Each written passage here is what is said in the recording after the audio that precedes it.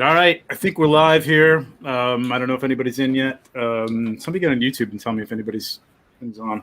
Tom, I think that's your job. Okay. Welcome to episode 22 of the 1/6 Pack. I'm Trevor. That is Tom. That is TJ. Capes and Rifles down at the bottom there.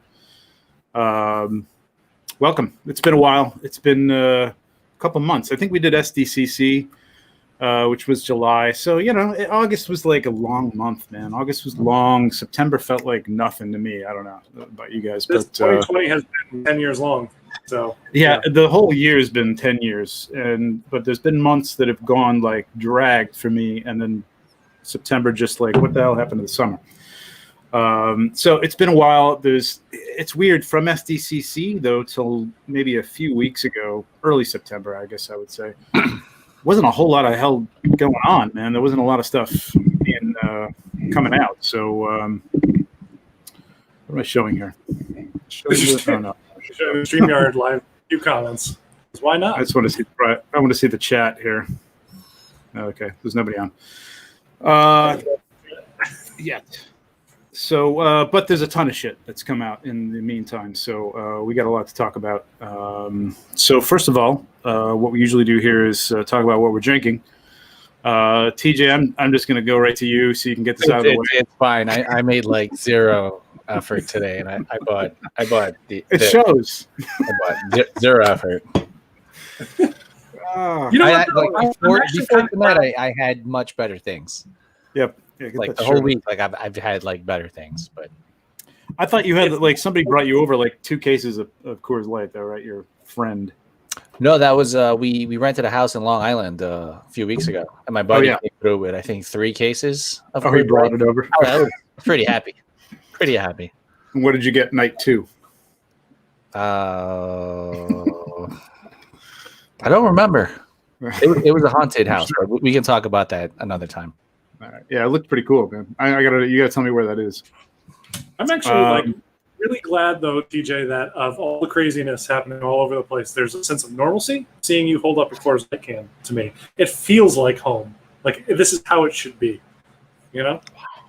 I know, right? It's nice. You know, honestly, there was some comfort in just selecting this. I'm glad you find it. Glad you found the comfort. Thanks.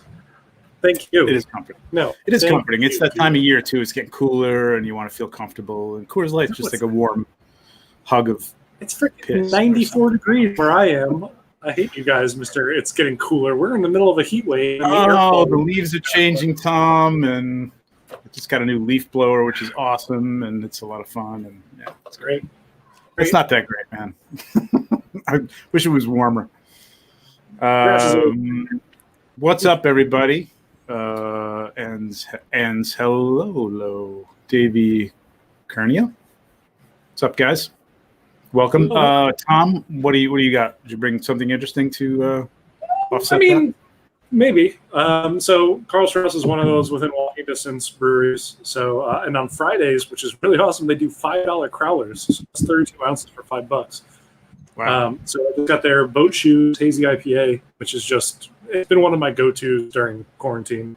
Just walk over there, drop $5, and I got a delicious hazy IPA to drink.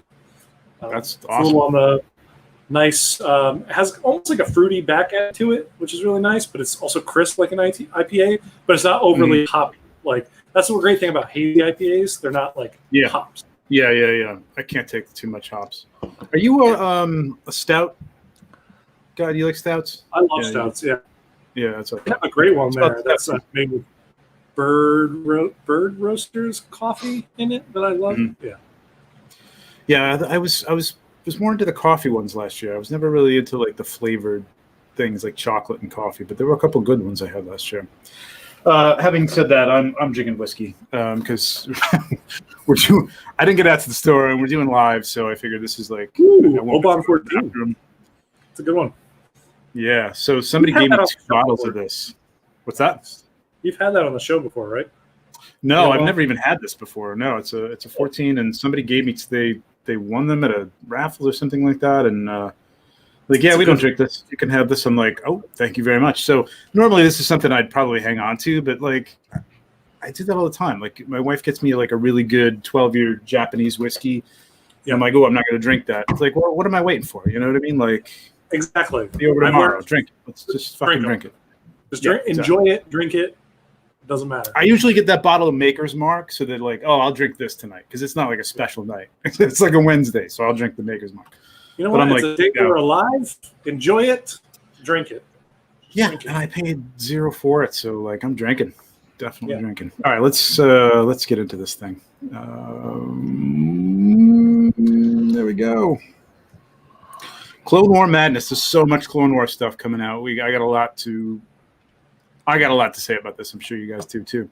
And the other thing we're going to be talking about is overlooked gems that you can still pre-order right now. So things that are out there that maybe you want to think twice about if you haven't picked it up yet. And there's things, honestly, that I'm talking myself into on this show. So we'll see how that goes. That is the theme. Commander Cody dropped, like 2 days ago? And I'm like, I should probably get my pre-order in for that. Exactly what I'm thinking, man. I'm thinking the same thing. Yeah, I sat on that for forever, and I'm like, I don't need any more prequel stuff, but I want all the prequel stuff. I want all the prequel stuff. I don't know. I feel like the Clone Troopers, because of Clone Wars, like I put them in that vein for me. Yeah, and therefore, like him and Rex, even though Cody wasn't really in Clone Wars, it was more focused on Rex and like the Wolfpack and stuff like that. Like, I can kind of easily put Cody in that vein because I like having the like more named commander type of those. Right. Yeah, I guess for me, but well, we can get into it because we got Clone Troopers coming up. I'm Trevor, 16 Shooter, TJ, Tom. You know, that's us. Coming up, we got Brews and News. We did the Brews. We're getting on to the news.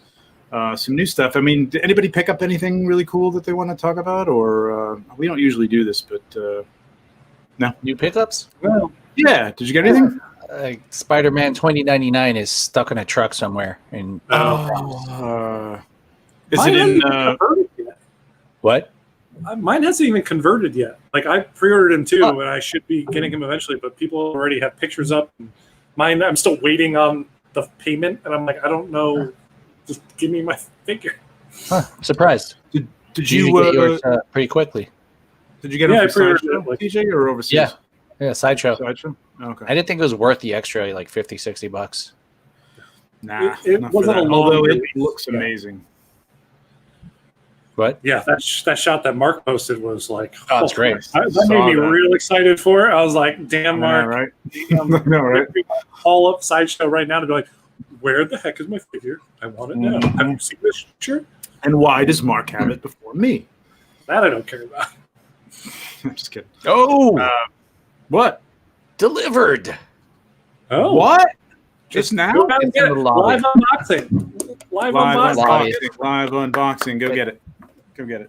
Let's keep going. All right, my spirits have lifted. I picked up the Young Rich. The Young Rich. Oh, I dig it, man. I like it. And what I'm going to do is I'm just going to keep this in the outfit and then go with the Sideshow one for the Spider-Man look. It's cool. It's one of those. I call Hot Toys Sideshow. I'm sorry, Hot Toys. We were talking about Sideshow, so I said Sideshow. All right, let's get on with this thing. We got so much to talk about here. Yeah, keep it going. Well, I mean, this is the one that everybody's waiting for, and everybody was kind of. This was a little bit of a shock, right? Like when it came out. I know it's been weeks now, but you know, hey, it's been a while. But yeah, this was like, whoa! They're actually doing it, and they're not waiting until Rosario Dawson gets on the Mandalorian. Because this is the Clone Wars, but this is the only Clone Wars character that doesn't have any kind of human relations. So I think they did a great job with this. I'm going to send it over to you guys. This is what I wanted to see all of them like. I wanted them to do this is what our interpretation would be of these characters from the cartoon. I'm very upset that now you have her next to, just a reused head on Obi-Wan, a reused head on Anakin. And she, I don't know. I think she looks great. She doesn't look exactly like she did on the show. She is more of a realistic interpretation of that. And this figure makes the burn of what we'll cover later with Darth Maul all the more painful, I think, for me. You've ruined that. I was going to... Never mind. Anyway. No, we can go into that much later, but I don't know. Okay. I'm hoping, and I have not bought another seamless figure from Hot Toys since the original Gamora. Actually, I take that back. A couple of my Thor figures have seamless arms, and they all flake. So I'm worried about... Have they really? Yeah. Yeah, but again, we talked about this a while ago. You're in a more humid climate, although you're in air conditioning all the time. They're in air conditioning all the time. Yeah, the air conditioning's been on. You used to have the salt air like right outside your door, so... Yeah. It's true, but at the same time, like, I don't know. I feel like they should be using the material that Phison uses that I have not heard any of that same complaints with Phison. Yeah, that's true. That's true. Yet, anyway. I've got to check my... I think the Leia has seamless arms. I got to check that. I haven't really checked any of the seamless armed figures that I have to see if anything's happening, but I mean, it's cool down here. Like it's a basement, so it's freezing in the winter and it's nice in the summer.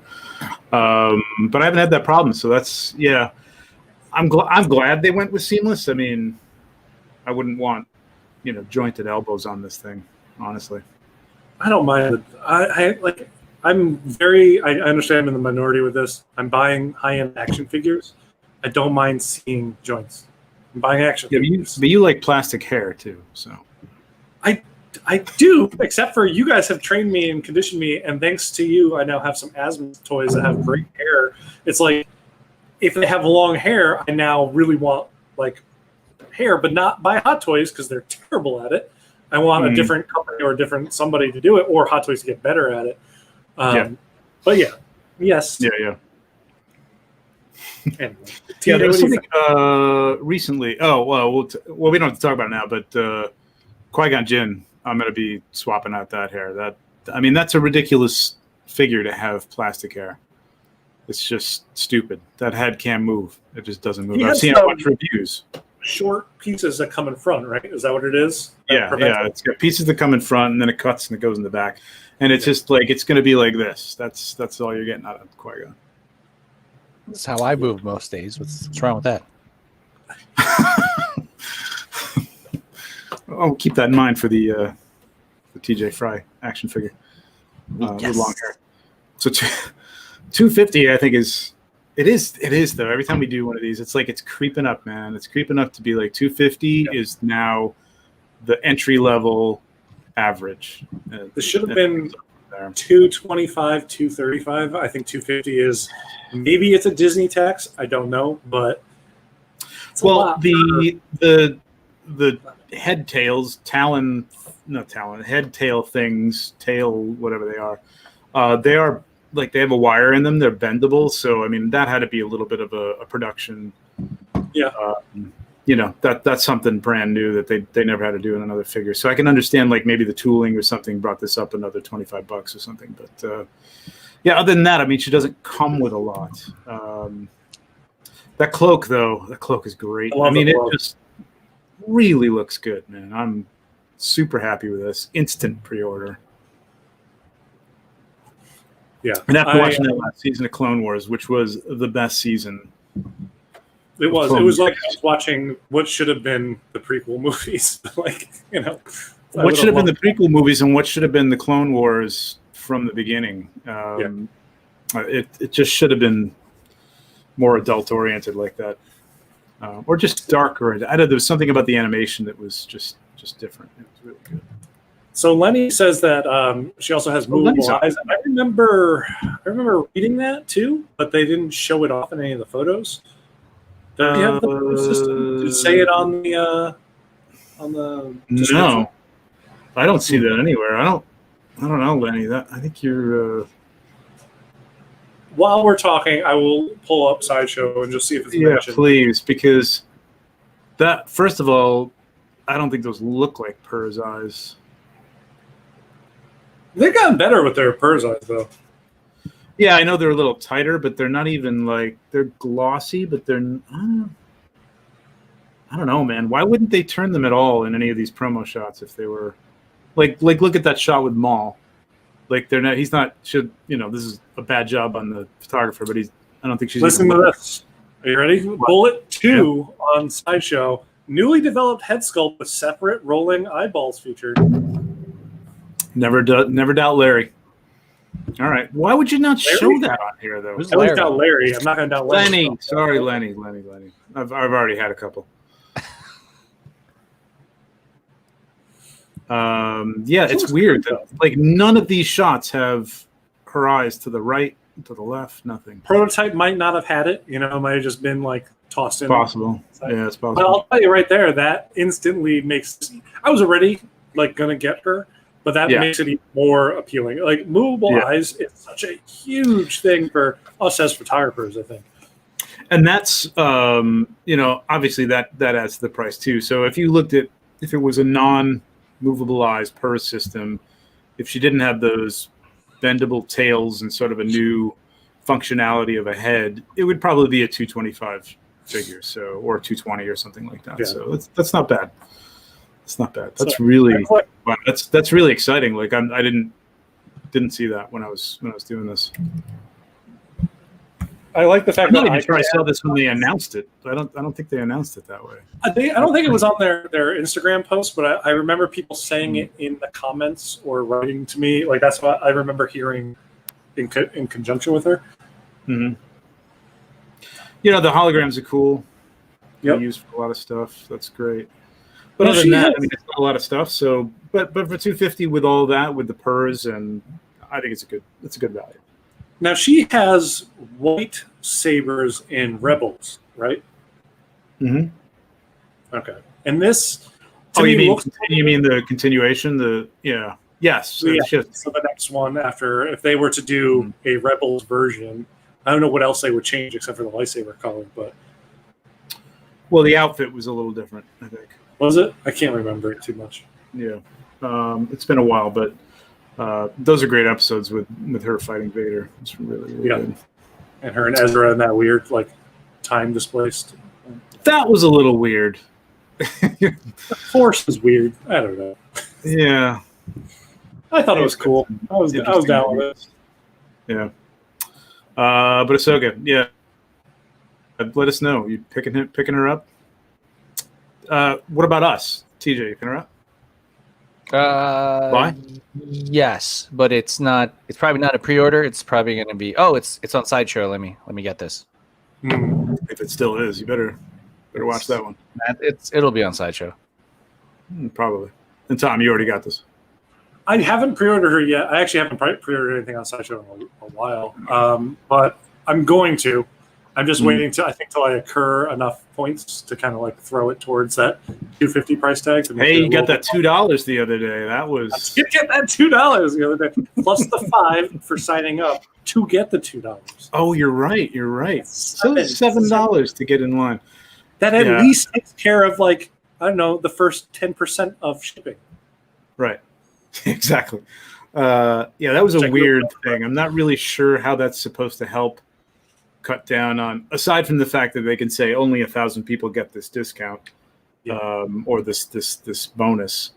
Other than that, it's like I'm just gonna, as soon as you say there's gonna be codes coming out, I'm just gonna be refreshing Sideshow like every 10 minutes, and there's bots to do that too. So whatever. Yep. Next in line. Oh, I'm gonna let Tom take this over because I think Tom, this is instant pre-order for Tom. I was all the Clone Wars.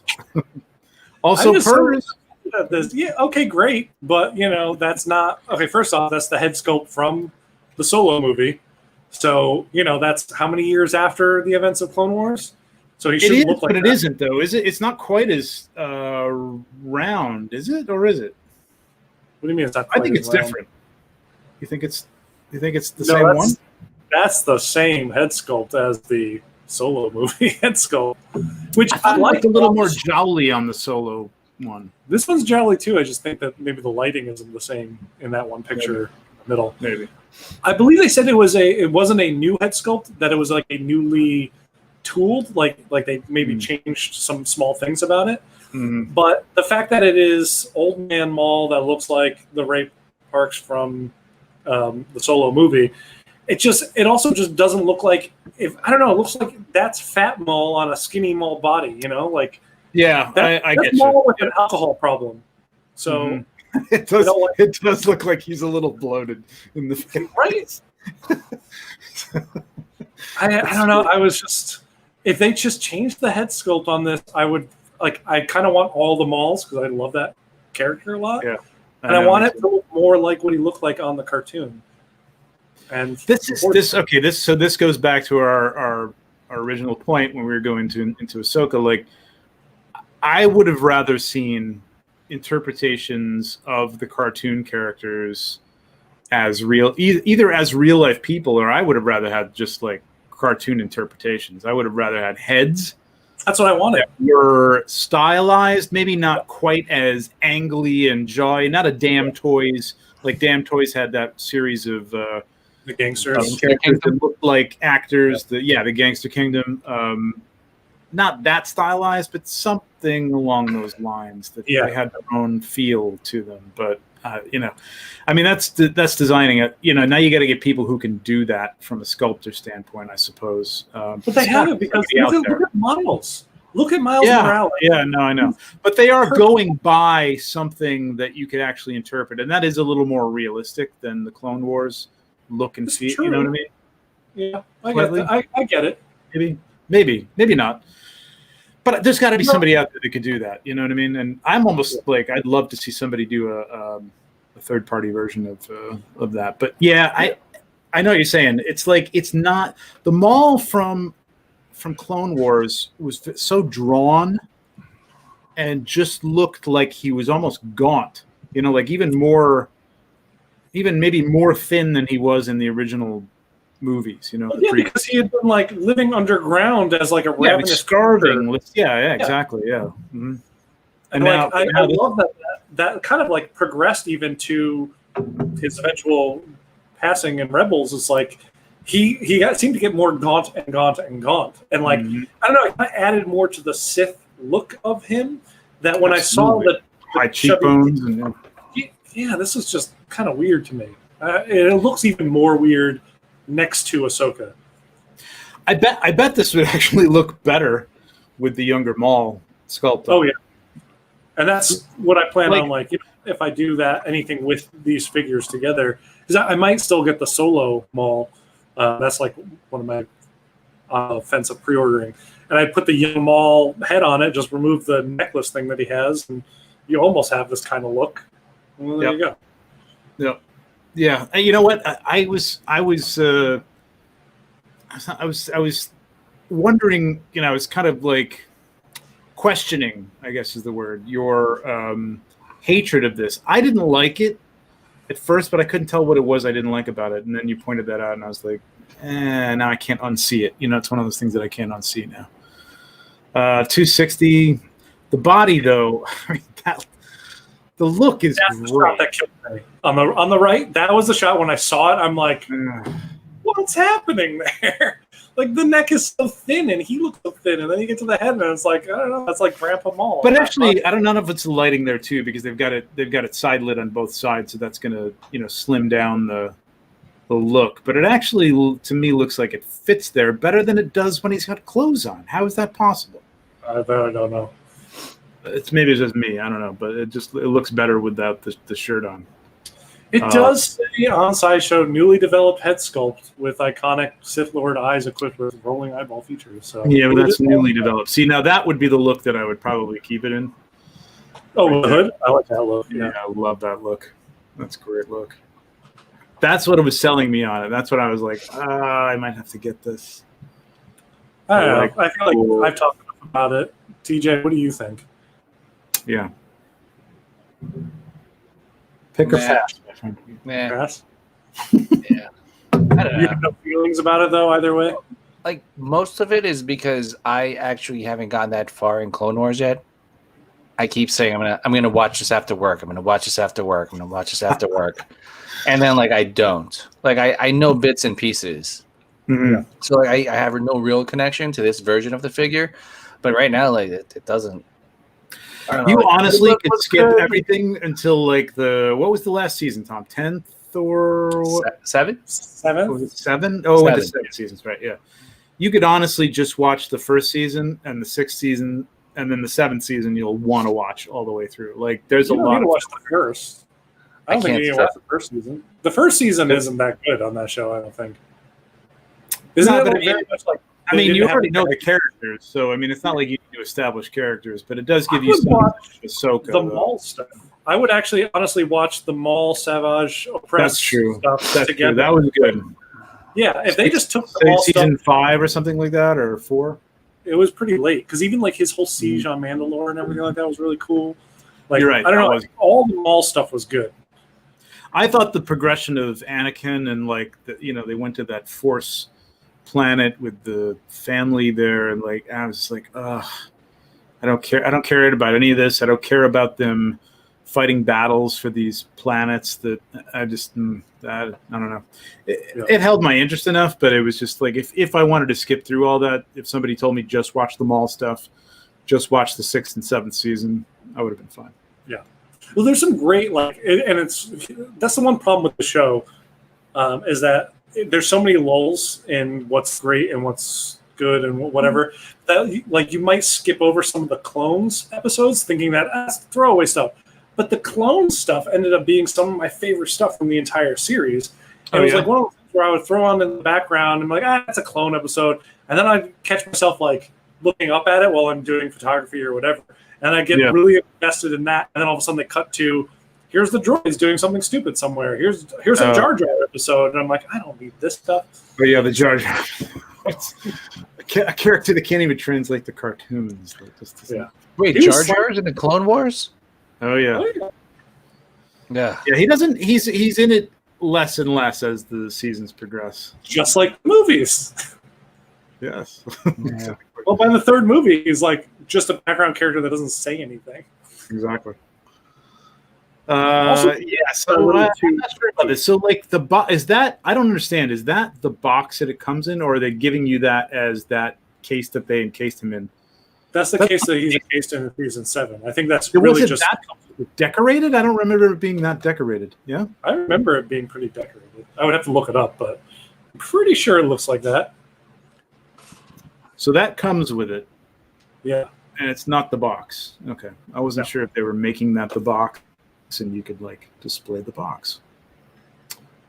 Specifically designed Mandalorian sarcophagus-inspired box packaging. No, that might just be the box packaging. It's the box, yeah. It's a Mandalorian sarcophagus. Well, that's what they encased him in the last season there when they captured him.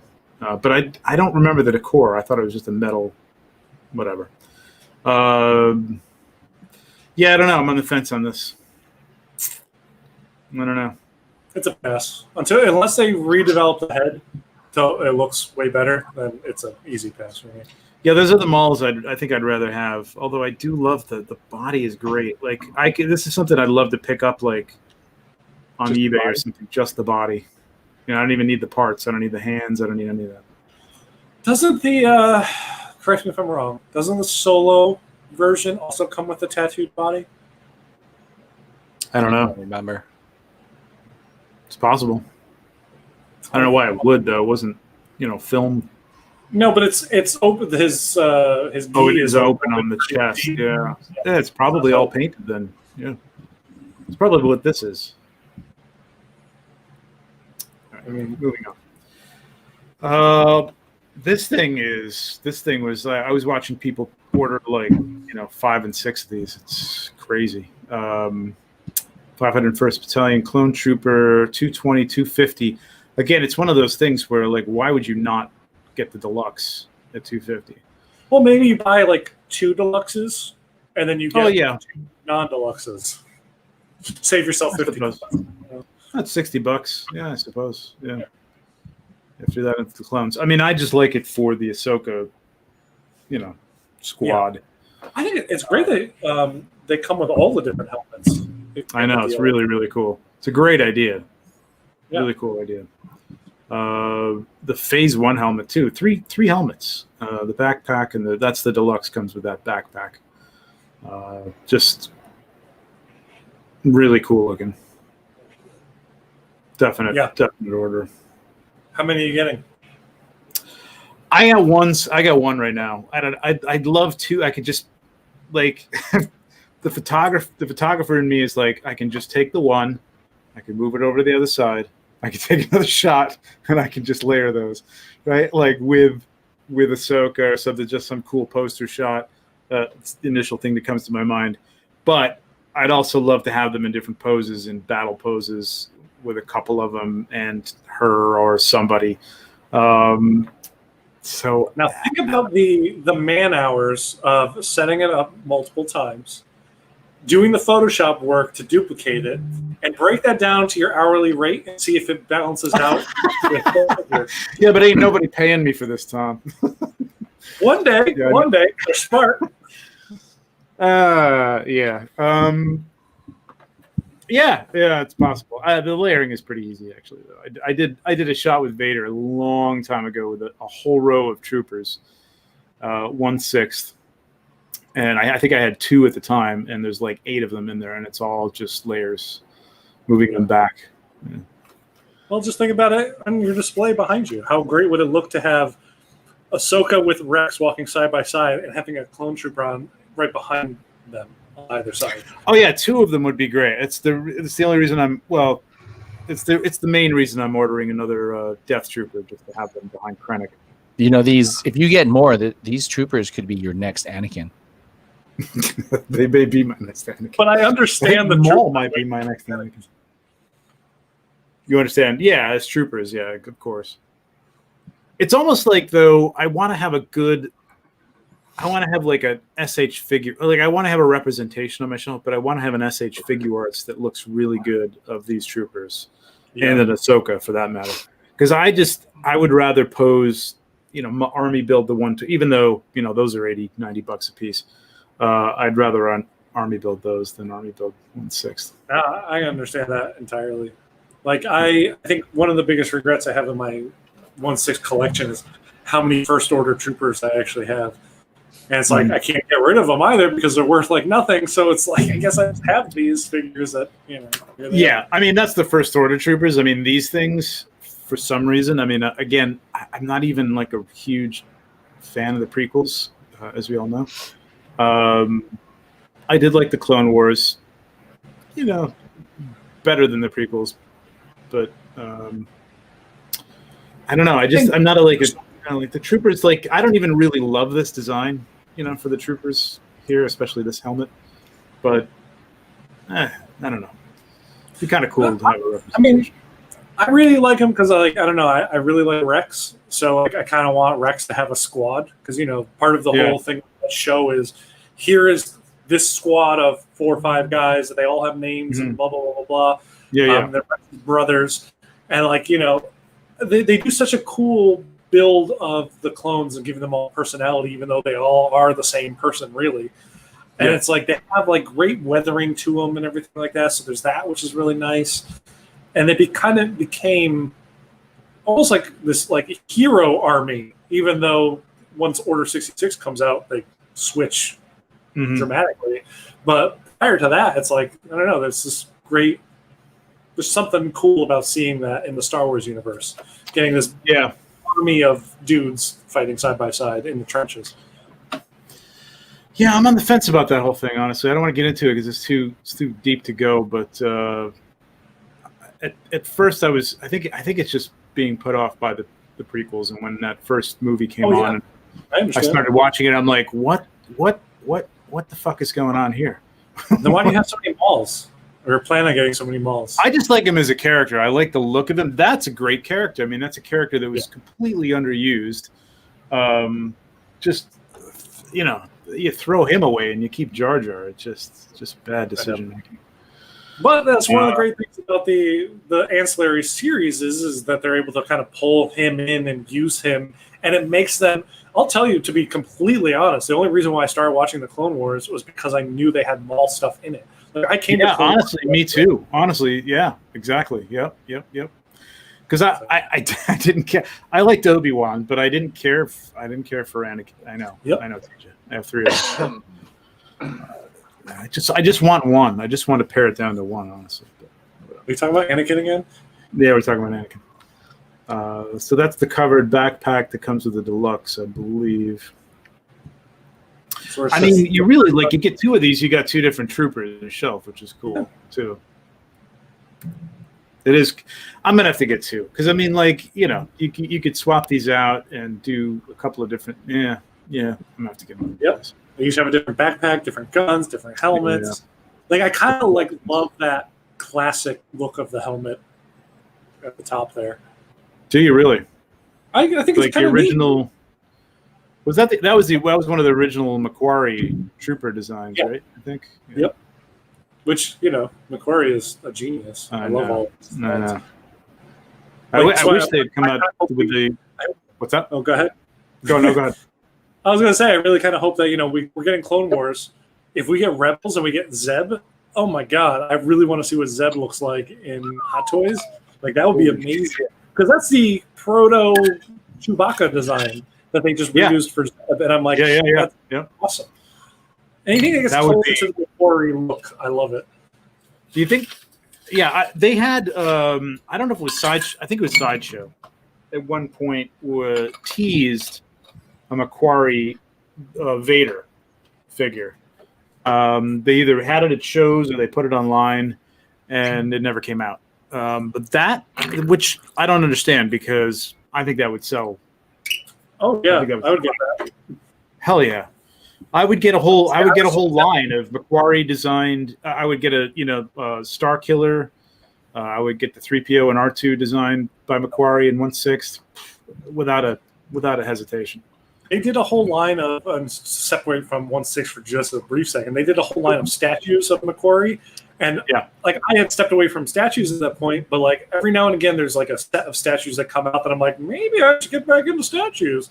And that Macquarie set was like, do you see what these look like? These are amazing. This is everything I love about Star Wars. Right? I have the Vader one. Do you really? Yeah, it's amazing. Some guy was selling it like after it had gone away and it had gone up in price, and the guy was selling it for like basically just a little above cost. And I'm like, I can't pass this up again because I blew it the first time. And then the Stormtrooper was out there for a while. The Boba Fett was out there for a while. I didn't get either one of those, and now I'm kind of regretting that I didn't get like bookends at least of like the Trooper or Boba Fett or something. But the Trooper was my favorite one. Yeah, really beautiful. I mean, honestly, it's a no-brainer for somebody. Black Series, that's another thing Black Series hasn't done. SH Figure Arts, somebody. I'm sure Black Series. Did you pick this up? Pre-order? Yeah. I have not yet. I haven't pre-ordered any of the Clone Wars stuff yet because I know once I do, it is a. Not yet, but I will. Okay. Yeah, TJ, you're about it. I'm gonna get the deluxe or the regular. Maybe one deluxe, one regular. I really love that Phase 1 helmet, though. Me too. It is cool because of the Macquarie design. I do like that. Yeah. That's really cool. All right, moving on. We got a lot. All right. More. These guys look awesome too. Yeah, I know. It's killing me. I wish these were. You're gonna have the yellow ones, and then you're gonna have gray, and then you're gonna have My only problem with these are that they're not priced for builders, and like I really want an army build, but like at $220, I know that's $30 cheaper than what we saw named character and whatnot, but that's still not army. Like if it was $180, that's army building price, I think, in 1/6, and I would get two of them. I don't think that though. I mean, when you get to the 1/6 level, I'm thinking companies aren't thinking people are army building these things. And if you are, good for you. Again, good for you. We were just talking about how TV is going to get two of them, and we're discussing you're maybe getting two of them. No. I think people will, but it's not like Black Series where you're like, I'm going to get 8 of these guys for $20. You know what I mean? Which is already $160 or whatever the fuck that is. Which for little pieces of plastic is crazy. But nobody's getting 8 of the. I mean, somebody's getting 8 of them, but somebody's getting 8 of the last one for sure. I've seen people. But I mean, 3 or 4 of these. I look at 1/6 for most people, outside of toy photographers, as being, they're display pieces, and you might want 2 to flank somebody or something on the shelf. But more than 2 is a little I don't know. I see people buying all into the Iron Man armors, and I'm like, that's a whole crazy venture all in itself. That like, why wouldn't you see them buying 4 troopers or something like that? Only because they're all the same. You know what I mean? If the Iron Man suit, armors to me as a uniquely casual observer are like, well, that looks the same as that one, but I see it's a triangle instead of a circle. Okay. So in that vein, are you saying that the Coruscant Guard, because it's red, versus like the blue troopers versus the green ones versus those are all different, so you get one of all of them? Yeah. If I were going to collect these, because they represent something, a different faction, a different battalion. Yeah, but I don't personally care that much about them, so I'm almost like, I don't know if I'm going to get this guy or not. I'm not really sure. But look, they look so good around the sarcophagus. Right. The Mandalorian sarcophagus. But they don't come with. I thought that was Maul. See, I thought that was Maul right there in the middle of that thing. You see the Mandalorian helmet. Yeah, I thought that was like a real guard helmet, doesn't it? No, not the helmet. Straight down from the helmet, there looks like a Jedi or a Sith or something, and I thought that was like, this is the package from Maul, so they're doing some little like Maul design or something, but maybe not. I don't know. I have to rewatch that last season anyway. Staff is nice, but there's not much here. No, for 220, I honestly think it's too much for 220. But. Yeah, but they know their audience. This is what over here and in Asia and in Europe, this is what people will buy for sure.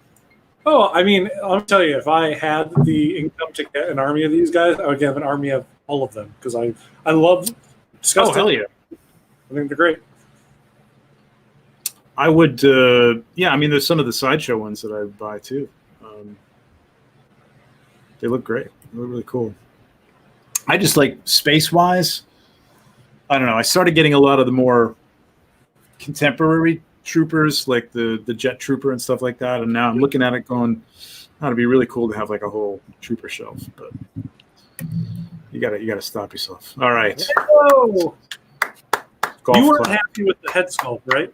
If I'm remembering. Yeah, correctly. I'll get to that. But I'm not like, I'm so happy they did Lando. It's like, if you didn't do Lando on the 40th anniversary of Empire, like, come on, how could you not? $235 is a good price. There's something about this upper lip or just the shape of his mouth that he's almost doing this like pursed thing that's like just throwing me off. It's driving me nuts because it doesn't look like a Billy D. Williams facial expression. You know what I mean? It just like looks like he should be. I realize you got to have a neutral expression on this guy. You don't want him to be smiling. Like, I'd love a head sculpt of him smiling. He's kind of always smiling though. Like, I don't know. I feel like in my mind's eye, he always has that like that smirk. You know, that like Billy D smirk. I guess maybe not. Maybe you don't want that. Is that the Colt 45 smirk there? Right? I don't know. Yeah. Don't you think? There's something about that upper lip or something that it looks like he's kind of pushing it down, or I don't know. It's. I will say that I'm more like, I don't mind how this looks now. I really want. I'm going to get this figure 100% because I love Lando, and I'm still waiting on Han for ESB. But I am worried with Hot Toys prototype to production. What's going to happen with because it's not quite there. That sometimes when their production comes out, it loses just like a little bit more. That I might push it even less looking like Billy D. I'm hoping that they hear. I don't know if I haven't seen anybody saying anything about it except me on JC Hong's post. So I'm assuming that they're like, cool, all good, nobody's bitching. Go for it. Which means we're going to get this. But yeah, I know what you're saying. Like if it gets any less defined than this, and that's what I'm saying. Yeah, because it's already kind of soft to me in a way. Right, the hair looks soft to me. Yeah. Right. Yep. No, I agree with your whole assessment of the head. It's really not making me happy because like I can't fucking wait to get Lando, man. This is great, and everything else looks beautiful. The cape looks beautiful. The clothing looks beautiful. The body type, I don't know what body they're putting this on, but that looks really, really good. It's perfect for him. Really well proportioned for him. Yep. I agree. But the head, even on that shot right there on the right. That shot right there on the right, what makes me want them to do Star Trek. If you cover up his mouth, and I'm doing that with my eyes closed, it's just like, it's almost perfect. I mean, the eyes aren't quite perfect, but that mouth, I don't know. It can be nuts. I agree with you. You're not nuts. I think they just need a different expression. I mean, it's probably a good compromise between him being, I don't even know, like angry at Vader or pleading with Leia and Chewie and Nine Numb and the Falcon or whatever. But like, I mean, it was Empire, but I don't know. Something just not quite right. I'm totally getting this. I mean, no chance I'm not getting this. Was he at 220? 220, I believe. 235. Yeah, that makes sense to me, and I'm for it. Yeah, I mean, he doesn't come with much, but I mean, the cape is a little. I don't know. It's like you're kind of excusing. He's got 2 guns and a stand and a couple of hands. That's about it. He has a cool watch. What's that? He has a cool watch, whatever that is around. He does have a cool watch. He does have a cool watch. That's worth $10 right there. No, very excited about this. When is this? Q1 2022. We don't have to talk about their release dates, or do we? Nah. Yeah, we've been skipping over that, but some of this stuff is like, I didn't even put the release date for that one. I don't know what it is, but yeah, I mean, we're all looking at all these things. We're looking at 2022 at this point, and not all Q1. Let's see what Maul is. Like this, Q2, Luke Skywalker. So this is what we saw when we did our SDCC show, sitting looking really weird in the sideshow booth, and then looking completely different and much better in Japan or Korea. Was it Hong Kong or Japan? I think it was Japan. That was Japan. It was Japan, yeah. So much better, and this is so much better. Looks really good to me. What do you guys think? I think it looks great. Yeah, this is good. Buy? Anybody buying? Anybody pre-order yet? Nah. I want Luke. I don't think this is the Luke. Like, I don't have any Lukes in my collection, which is insane to me. That's crazy. I should have jumped on Return, the deluxe that they did, and I didn't. And so I think like kind of waiting for that, I guess, in some way. So I think this is a complete side track, but I think we're going to get a reissue of some of the early Luke, Han, Leia figures. I can't believe that they're not going to do. So few people got in on those figures. You know what I mean? Like there was a bunch sold, but that was like just as The Force Awakens was coming out. I know that Han and Chewie were released about then, just before that, and that's when everybody was the best Chewie, yeah. And that was when everybody was just like, oh, so many people I know, and so many people in toy photography at least, were getting into toy photography because it's like, oh, The Force Awakens, oh, Star Wars, oh my God, look, there's figures, and it's exactly what all of us did, and it's kind of what got me back into 1/6 stuff, and I mean, they weren't up to snuff in terms of the sculpts back then. I still don't think they've nailed Luke, but it's better. But if they don't re-release those, I'd be shocked. I mean, that Princess Leia alone, like it's $600 now. You can't, $500 or $600 to get Leia. It's crazy. And to have a core group of figures from A New Hope, I mean, how could you not? Well, they should be doing the core same group of figures from Empire. We're like still waiting on. Do the next movie, core group. Movie, core group. Like, jump along, and then you can go back to the first one. But like, sure, yeah. I want them all. I don't know what's taking so long with Han Solo. I mean, the only thing I can think is it's maybe a licensing problem or a likeness problem or something with Harrison Ford. I don't know. Like, I can't imagine. Like, but I mean, the old Harrisons. Yeah, that's true. They've teased it. Yeah. In all the Leia pictures. I don't know what's the problem. It's the year is almost up, and it's the 40th anniversary of Empire, and you don't have Han Solo. It's crazy. But anyway, we do have Luke Skywalker here in his snowspeeder outfit, which I think looks good. The outfit looks great. Great weathering on it.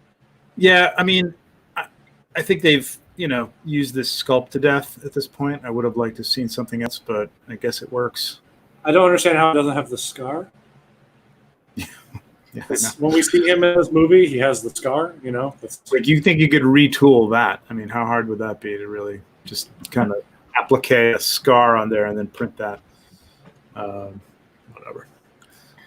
I mean, they also have to get this back past the actor, but I don't think Mark Hamill's that much of a diva. No, Mark Hamill's amazing. He's been not part of amazing online. Side note: does anybody like? Do we like that? Grubhub? Is it Grubhub? No, it's not Grubhub. It's Dine. What is it? That commercial with him and Patrick Stewart. Oh, I haven't seen it. Oh, you haven't seen that? Yeah. No. I don't know. What do you watch commercials on? Well, all right. Come on. Late night news, but like other than that, like it's a nerd commercial. I can't believe you haven't seen it. Yeah, it's really good actually. I saw the one with Rick Moranis and what's his name? Deadpool and Ryan Reynolds. Oh, I haven't seen Rick Moranis. Yeah. Rick who just got punched out on the in a bus. We don't need to talk about the worst news of yesterday.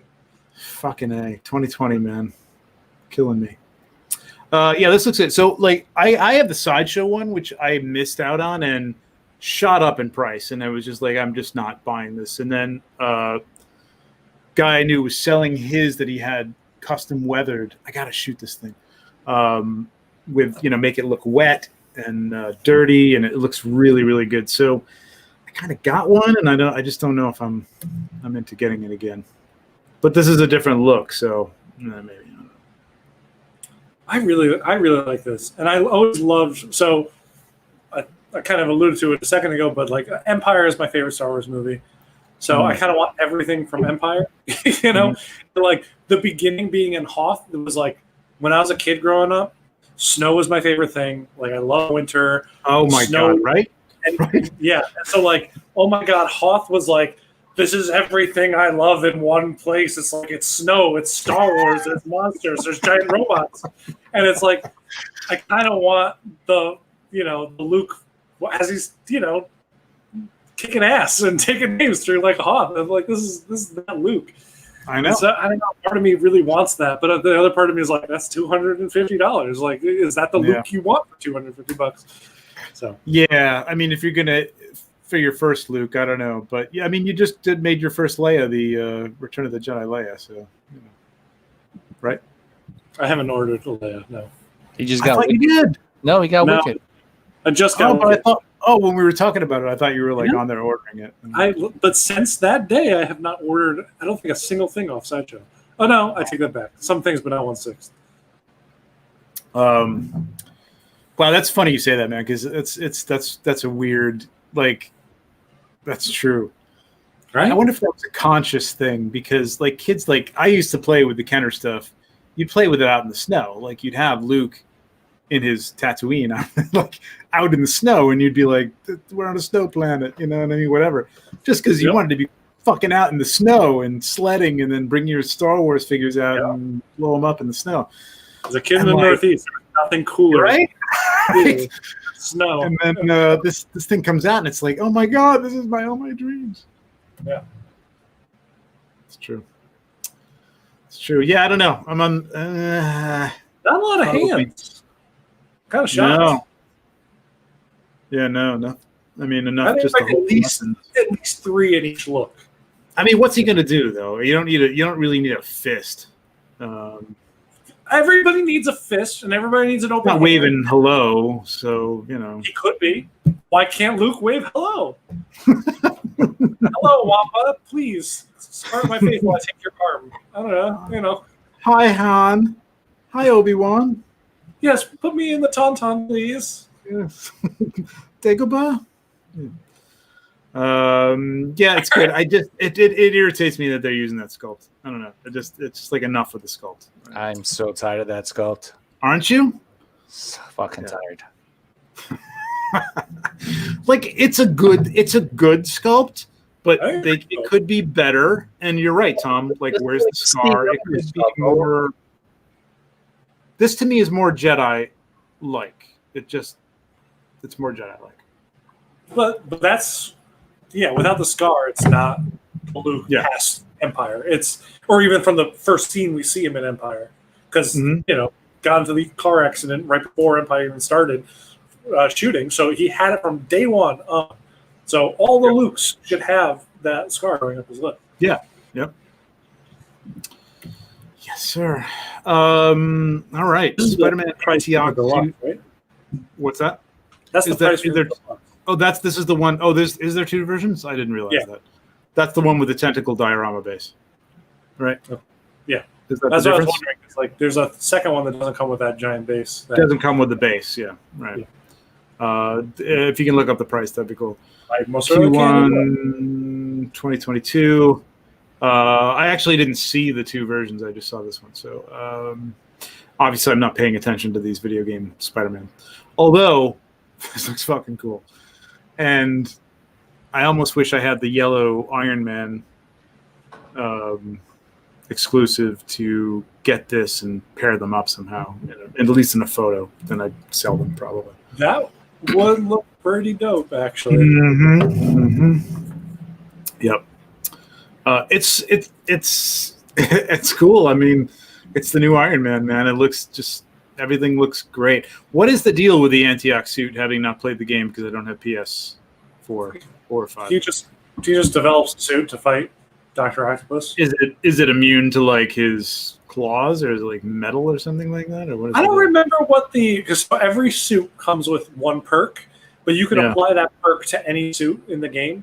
And I don't quite remember what the So it's just a suit. It really doesn't have any kind of specific ANTI-OCK. There was a story thing. There was a comic book, right, with this suit or something like this. Didn't he have an ANTI-OCK suit in the comic books at some point? You're thinking of Big Time Spidey. This looks a lot like the Big Time Spidey suit from the comics. Maybe. Where he had like the green. The green. They actually did the green, but also could change the color to the orange. Yeah, Marvel Legends did that actually. I think, didn't they? They did. Yeah. The regular ANTI-OCK without the tentacles is $250. Okay. Which is $5 cheaper than the previous movie suit. I don't know why. I don't either. Maybe this luminous reflective effect is cheaper or something. No, because the Spider-Man spider armor, which is the one with the glowing chest symbol that we saw when we watched that Comic-Con thing, that also has the reflective luminescent bullshit, and it's $255. Who knows? Who knows? It's 2020. All rules are off. It's an excuse for everything these days. What you would think would cost more, cost less. Who knows?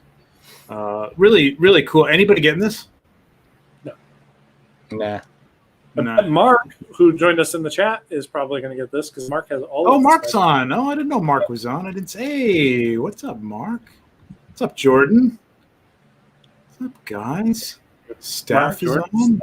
Yep. I'm over on the other screen, so I'm not seeing all the code. Right. What's going on? So, Mark, you getting this? Let us know if he's still around. I think this is a buy for Mark. Mark's a Spider-Man guy. I think so too. However, I will say, primarily he's been sticking to more, and I'm speaking for Mark here, which is not cool, but I'm going to keep doing it. We're taking bets here. So yeah, I think he's been sticking more to stuff that has shown up in the comics. Like he has the Robbie. Who's the Spider Punk? Robbie Robinson? Robbie Brown? Something like it's another. Anyway, he showed up in the comics. This is a pure video game suit, like the Velocity suit that they did. So I'd imagine Mark is sticking to comic stuff, but I don't know. I'd Right, like to. Mark, let us know. And if not, you can listen to this and be screaming at it later. Zero money writing on this, so it doesn't matter. I really think the claws are really cool, man. I mean, this is like, again, if I'm not going to order this, but it's very tempting. Just it's so cool looking. It's one of those things that's like probably so many of these things that I collect that I see it and I go, oh, I gotta have that. I want to touch it. I want to move it. I want to put it into a pose, and then I'm gonna be like, I regret buying this for $250. The only thing about this is one thing that I like is that it's a blend of the two materials that they seem to be using a lot for Spider-Man. It's the material that seems to bend really well, and then the other one that I worry about that doesn't bend that well, that kind of leaves creases and whatnot. Yeah. So I'm interested to see what this looks like in hand. It looks really thick, and it looks really, well, this is a weird thing. It looks really thick, and it looks really like kind of stiff, the material. You know what I mean? Like it's just... looks like you're not going to get a lot of motion, although they're getting some decent motion on the legs on that shot, and even the shoulders there is pretty good. Yeah, and that could be. It said it's a newly developed head on there, so I don't know what that means. Like, is it just because there's die cuts in it? Design? The eye plates come out. You go instead of it being like something that sits on top, it's like they're recessed. Although I guess they all are a little recessed. Yeah. But it is a whole new head. Nothing else has. It looks like it almost has like that faux leather, like almost like a tufted faux leather. I'm sure it's not. Actually, you're right. It does look like it's the same material as the suit, unlike most of their heads are like plastic. Yeah, yeah. It matches really, really well. I mean, it just has a really cool look. I mean, damn, those eyes look really good. I mean, they're brilliant, man. Spider-Man is the new Iron Man, and God damn, you could take the suit. It's so stupid because even when I was reading the comics books, I was like, you know, besides the black symbiotic suit, I was like, why does Spider-Man need to have, you know, he doesn't have all these suits. He just has a suit. It's a suit. You know what I mean? Like, I see. That's one of the things I love. Well, so when Dan Slott took over writing Spider-Man, he started doing a thing where I think it was like every 3 issues, I remember this. Spider-Man developed a new suit. And it was because he was starting to work at a lab. So he'd be like, okay, well, how can I use now the fact that I'm like working as a scientist and whatnot? How can I use this knowledge of science to make my extracurricular activities work a little bit better? So he started adding in new things. So each suit had a purpose, and I kind of love that. But he would always return back to the classic, red and blue. But he had like a suit for varying things, which. Yeah, I mean, it's very Iron Man, and I guess if I never read the stories, but I did see those versions, and I think that's what kind of like turned me off. I was just like, come on.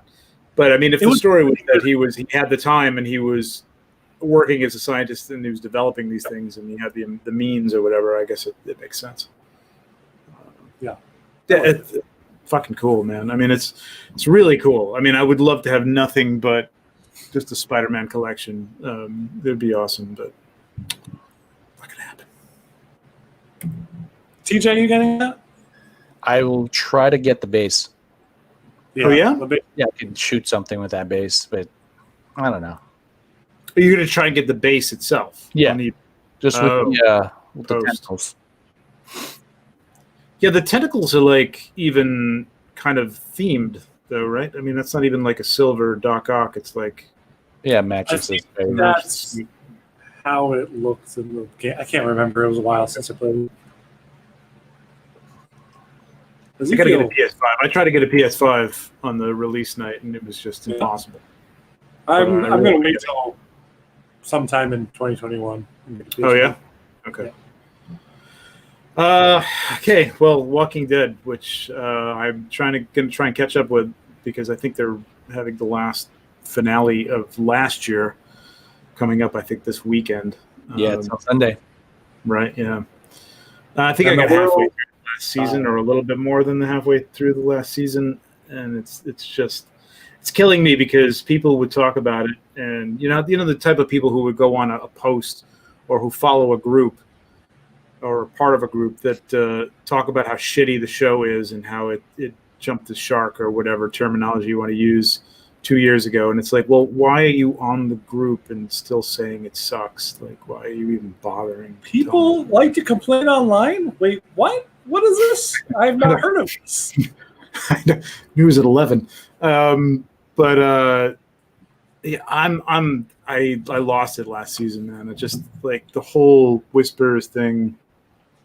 I love that stuff in the comics. When the Whispers showed up in the Great comics, in the comics, but it's different. It's like there's just no reason for them to be doing what I don't want to get into a big discussion about. There's just no reason for them to be doing what they're doing. Like you're living in the woods. Like Negan had a reason. Like he was using people as basically as slaves to create food and sustenance for him. These guys are doing nothing. They don't want anything. It's bizarre.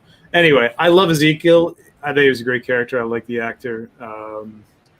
I think I'm just kind of out of this line at this point. I don't know. In the show, does he have the tiger? It's a tiger, right? Does he have the tiger? The first part of the season, the first season he's in it, he has the tiger, and then the tiger doesn't make it. So. Oh, well, that tiger dies with Negan. Negan comes into what's that? Is Negan dead too? Negan is not dead, no, which is also a problem. There's nothing good about the show anymore. It looks really good, but again, here's the thing. Like, as much as I love 3-Zero's clothing, and I would put 3-Zero's clothing up against Asmus clothing and Pop Toys clothing, which I think they may be, who's using? Asmus is using Pop Toys now, right? Oh, one of them is. Yeah, you remember that. Is it 3-0 or is it Asmus? I don't know. I think Asmus is now using Pop Toys. But this is great clothing. These guys do. I bought this Negan from them, and I had bought TJ. You know what I'm talking about. It's a Yunsel. I'm sure you've heard us talk about it enough, Tom. Yeah. You know what Yunsel is, but bought the Yunsel set for whatever price that was, and I sold it because like I got this in hand, and I'm like, this looks great, man. There's nothing different about this in the Yunsel set. It was really well done. The jacket looked really good. Everything was great. Great figure. The Negan was a great figure from them. They've had great figures. They've had, both of the Tyrians were great. And then sometimes it's just like you show me this and then I get it, like Brienne of Tarth, and it's like, what the fuck is this? This is nothing like what I saw. Their anime stuff looks legit when it comes out. And I don't know if it's just because likenesses are a little bit easier to do cartoon stuff. Possible. Elliot showed like the Full Metal Alchemist characters, and I'm like, oh my god, they look so good. Steph has them too. They look really great. So I've been kind of slowly. That was probably the last thing I pre-ordered. That's 1/6 was an anime character. Yeah, true enough. But these look really good. And when you get the sculpt, it is the sculpt. It's not like it's the paint. It's the paint that they just dropped the ball on, and it just looks terrible. And I'm not adverse to having a paint sculpt repainted, but not for every minor. You shouldn't have to pay that much. Not for every minor character. You know what I mean? Like if it's Luke Skywalker, if it's Han Solo, and it's a great sculpt, but the paint is a little weak, I'll spend the money. But not Ezekiel. It's just not going to happen. Is he wearing, I'm hoping he's good.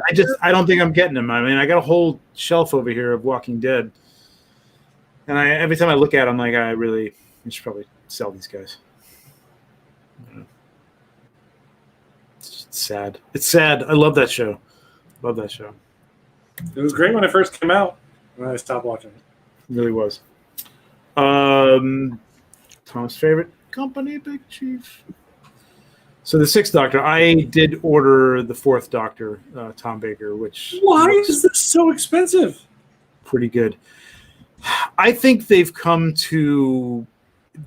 All right, so this is my defense, and then I'm not going to just defend Big Chief. How dare you defend that? It's almost $400. Well, they're a retailer. I mean, they're basically like Sideshow used to be, but in Britain. and no, I know you're that. selling a limited, like you're selling Doctor Who, which, like, let's be honest, in the United States and the UK is big. Outside of there, it diminishes, like, it's quite a drop off, I think. Sure. The license is expensive, I'm sure, because it is a known, it's a big entity, you know what I mean, for in that deep geek realm. I know not everybody's a Doctor Who fan. I like Doctor Who. I remember this. Colin Baker was great. So I think that's the reason. The signature is the 373. You actually get the guy's signature. I got the Tom Baker signature one because I like Tom Baker. I mean, Tom Baker he's like just in Doctor Who lore is like just classic. Colin Baker, not so much. I wouldn't pay the extra money for the Colin Baker signature, but that's me. But yeah, I think just the tooling of these things for a small company, a company that doesn't put out a lot of figures, even though they do James Bond. I don't think the James Bond ones were this expensive, though, honestly. So I agree with you. It's a bit much. No, that is. I'm sorry. That is offensive pricing. I am like very offended. Like, I didn't think I could dislike Big Chief more, but now I do. Because, like, yeah, I have one of their Doctor Who figures. I have a TARDIS. I know. You have a TARDIS? I have a TARDIS. Yeah, I love the TARDIS. TARDIS is great. On point. Looks just like the photos. Doctor Who, not so much. And that's like that's all part of the problem. Like, if you're going to spend $350, if it looks even remotely less than that photo right there, I think they should be done as a company. I don't know. I think that I'm offended. I am very offended at this pricing. I'm sorry. I did the conversion. I hope I did this right, but it was 289 pounds, which I think is about. I think that's about right. If somebody wants to do the conversion, you can check. They need to renegotiate their contract. That is somebody not working right in the business side of Big Chief. Negotiating the contract for whatever licensing fees are making it cost that much. Yeah. That's Hot Toys die-cast Iron Man pricing. Okay, that is like. Can you look it up on Sideshow and just make sure that I don't even know if it's on Sideshow. I don't know if they're selling it or not. I mean, that's the other thing. They don't have a lot of distributors. They kind of do this themselves. It's again a small company. I get it. I mean, here's the thing. I know you're not as into customs. TJ would probably get this, but if you were to do this outfit and have a sculpt made and have it painted as a custom, okay, and let's like say you're doing 100 prints of this or 100 outfits of this thing is going to cost you $800. You know what I mean? So if you're having it mass produced, and I'm not saying this is Yunsel level clothing because it's not, I know it's gotten better, but there's still a little chunky when it comes to the lapels and things like that. The tailoring is just a little chunky. It's my biggest problem with them. I again, just send it to Pop Toys and have them do it. But it would cost a lot. And like if they're producing 1,500 of these, I'm guessing, because knowing from somebody in the industry, like if you could sell 1,000 of them, you can kind of do okay. Maybe a little more than break even, and you have to sell a lot more to do really well.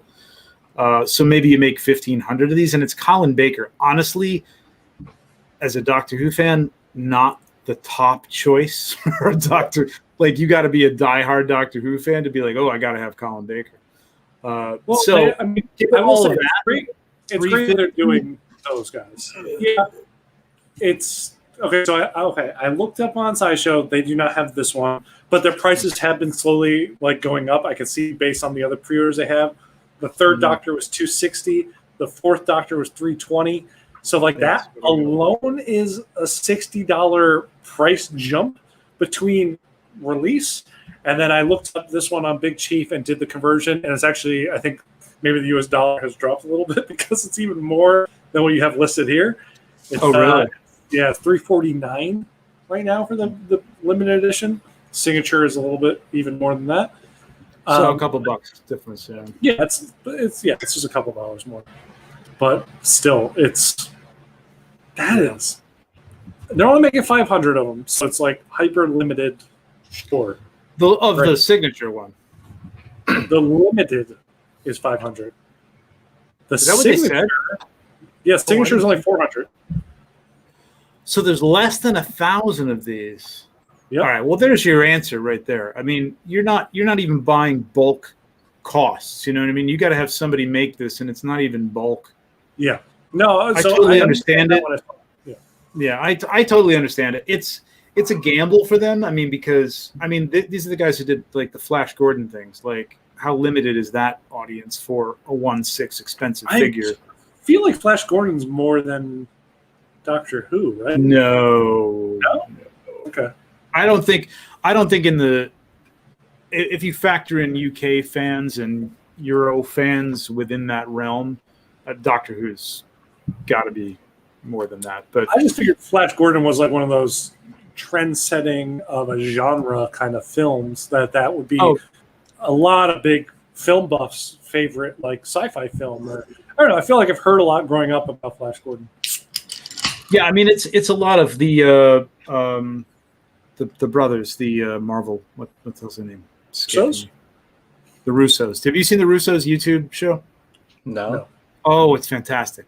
Is it new? So they go over classic movies, like they did No Country for Old Men, and they did Flash Gordon. They talk about Flash Gordon with Taika Waititi, and so he's their guest. And they break down the movie, like here's the first act and why this works and how it becomes, what makes the movie great. So they did Flash Gordon, they did No Country for Old Men, they did Empire with Mark Hamill, but Mark Hamill just talked about stories from all over the fucking place through the whole thing, so it really wasn't that good. I love Mark Hamill, but he just fucking talked too much. I don't know how I got on this tangent, but yeah, Flash Gordon, I think it has a niche, but I don't know if it's Doctor Who. But then again, this version of Doctor Who, this particular actor, I think was on for maybe 2 seasons. Maybe. Yeah. So like, Well, we got the War Doctor. Small company, and what are they going to do? You know what I mean? It's going to cost you as much to make. If you made 1,000 figures, for you to price that out and have somebody do the painting, do the sculpt, pay for the clothing, produce the thing, do a box. If you could get this under $600, you'd be doing pretty well on your own as it is. Then you're a company. Maybe if you can have that, it's pretty good. Well, so that makes me wonder now, because I have since, I don't know, I caught up on it. I've had an eBay alert for the 12th Doctor figure because that sold out fairly quickly from them. So I'm like, hopefully they'll re-release or redo the 12th Doctor, because I love the 12th Doctor. This makes me fear if they re-release, because it's going to cost as much as I can get them on eBay for right now. And I'm like, I don't know if I really want them to redo it. Yeah, I know.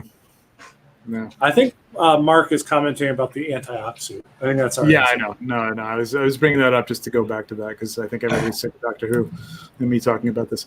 So let's go on. Tormund, Giant's Bane, another 3-0, beautiful prototype, but who the hell knows what we're going to get. Price. And this is the opposite of everything. Like, I have to give it to them. Like, this is what Asmus does too. I don't know what they're doing, but like $188, just clothing alone. You know what I mean? If you ordered, I'm just doing the math based on like small runs that are done by custom, and I realize that's marked up quite a bit. But like, I mean, even if you're doing a couple thousand of these, maybe 2,000 or 3,000, I don't even know if that's a number that's possible. The clothing alone, I don't know how that doesn't cost you $50 each, at least. You know what I mean? And then you're selling this for $188. He looks. I mean, okay. Again, we talked about the hero and prototype versus production, but the prototype on this, I was blown away when I saw this. I'm like, this looks real good, and I'm like, I kind of want it just for the outfit more than anything else. Like neck down, like you take that Tormund head sculpt off. and you put on like you can make any character. This is him trapped in the Stone Age, or this is him trapped. Yeah, in yeah. You put God of War on there or something like that, Kratos? or Put He-Man. a or Batman something head like on there, and that. you have like prehistoric Batman, and that's like Yeah, true enough. True enough. Wow, now you got me thinking. You know, there's Thor or something. That'd be amazing. Yeah, it looks so good for $188. I was like, why not? Like it's I know. It's incredible. It's incredible. The outfit is amazing. I think their weapons are plastic, unlike Asmus, who are usually metal or sometimes metal, randomly. But I guarantee you, this is Tormund looking at Brienne saying, "Who the hell are you?" Because you don't look anything like Brienne. I think it's like still with Ash, but yeah. What's up? Man, don't worry about it. Keep going. I heard you. Cool. I'll watch the replay. TJ, what do you think?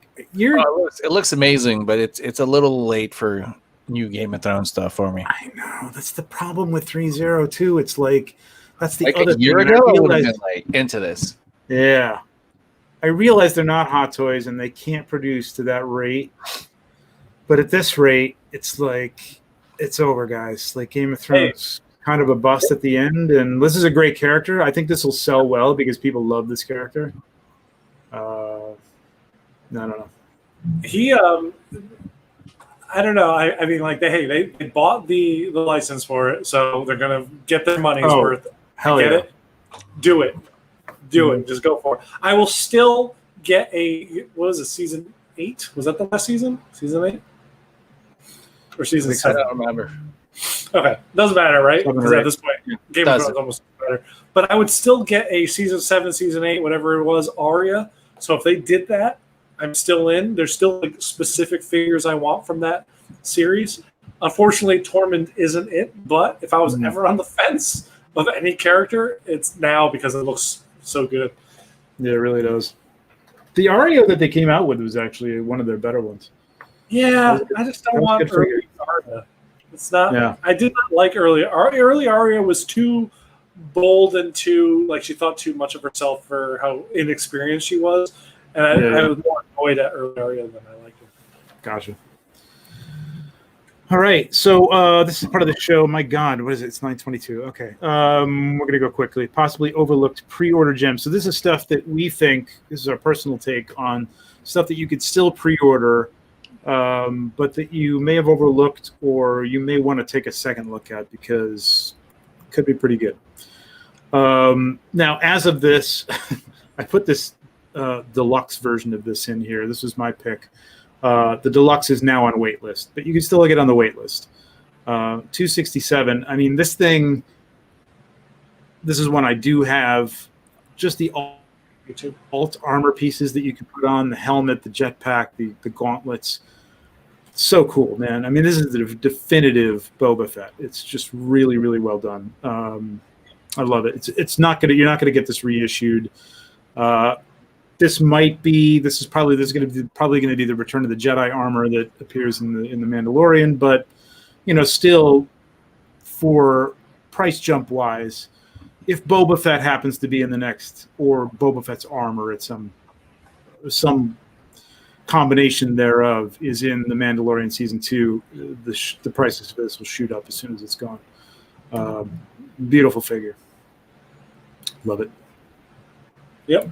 This is what got me starting to buy the classic Star Wars.